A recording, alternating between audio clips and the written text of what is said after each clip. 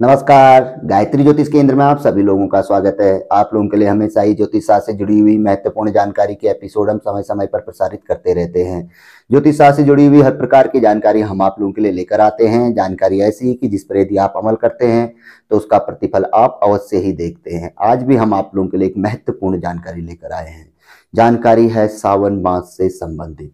आज हम आप लोगों को बताएंगे कि सावन मास में यदि हम शिव की पूजा कर रहे हैं, भगवान भोलेनाथ की पूजा कर रहे हैं और हम उनसे कुछ अभिष्ट वर चाहते हैं या ग्रह गति पर विजय प्राप्त करना चाहते हैं, अपने रोगों का, दुखों का शमन चाहते हैं, तो उसके लिए शिव आराधना तो करनी जरूरी है।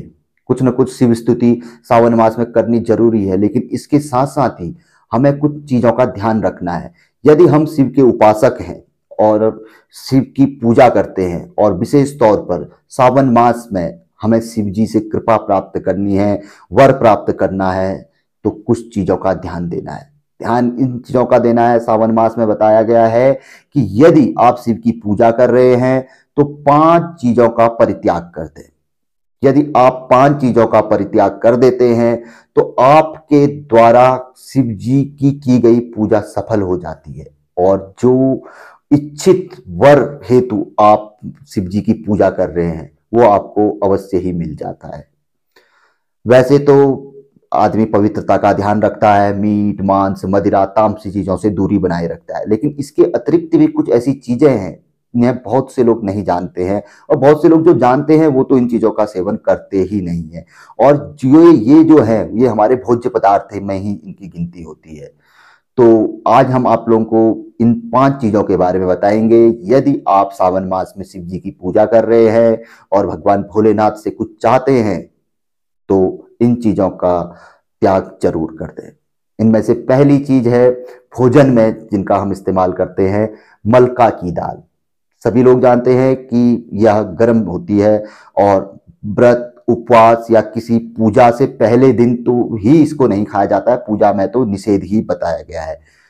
पहली है मलका की दाल, दूसरी है मसूर की दाल।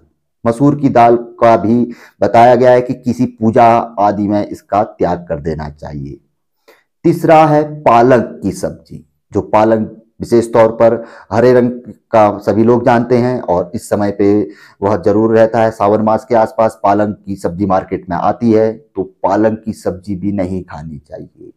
चौथा बताया गया है बैगन की सब्जी। बैगन की सब्जी का भी निषेध बताया गया है शास्त्र में कि किसी भी बड़ी पूजा से पहले व पूजा में या किसी पवित्र मास में या किसी भगवान से आप या किसी ग्रह से आप पूजा आदि करके वर प्राप्त करना चाह रहे हैं तो इन चीजों का परित्याग जरूर होना चाहिए।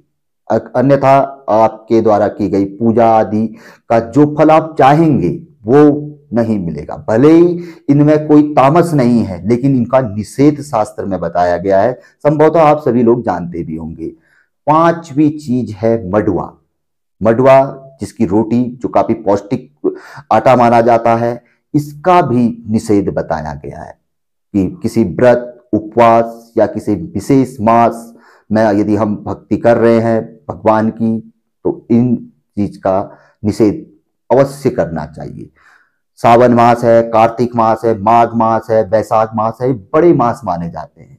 यहाँ पर को हम अपने लिए कुछ करना चाहें तो इन मासों में अगर हम करते हैं अपने अपने कुल के लिए या किसी चीज के लिए तो यहाँ पर को वो चीजें सफल हो जाती है।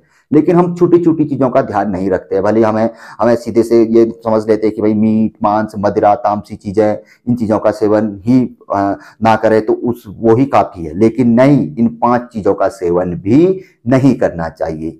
आपको पुनः मैं बता देता हूं, मलका, मसूर, पालंग, बैगन और मडुआ, मडवे का आटा। विशेष तौर पर इसकी रोटी भूल कर भी नहीं खानी चाहिए। इस मास में या किसी भी विशेष पर्व में यदि हम उस दिन उपवास रखे हैं और किसी भगवान की पूजा आदि की है तो वह एक प्रकार से मान के चलिए कि निष्फल हो जाएगी। निष्फल नहीं भी हो तो पूर्ण फल में तो हमें प्राप्त होने से रहा। तो संभवतः सभी लोग इस बात को जानते होंगे, लेकिन फिर भी बहुत से लोगों का हमारे लिए फोन आता है कि कुछ विशेष चीजें बताइए, विशेष चीजें बताइए। तो आज की विशेष जानकारी यही थी। तो सावन मास की शुभकामनाएं। भगवान भोलेनाथ आपकी सभी इच्छाओं को पूरी करे। और ये जानकारी आपको पसंद आए तो जरूर आगे बढ़ाकर शेयर कर सकते हैं, वीडियो को लाइक कर सकते हैं। नए लोगों से आग्रह रहता है गायत्री ज्योतिष केंद्र के साथ जुड़े, चैनल को सब्सक्राइब करें, बेल आइकन दबाएं।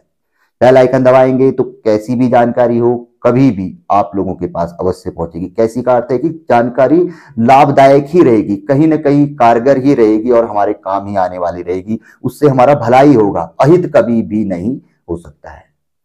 तो मिलेंगे ऐसी किसी बहुत अच्छी जानकारी के एपिसोड के साथ अगले वीडियो में। तब तक के लिए नमस्कार, जय श्री राम, जय श्री कृष्णा, ओम नमः शिवाय।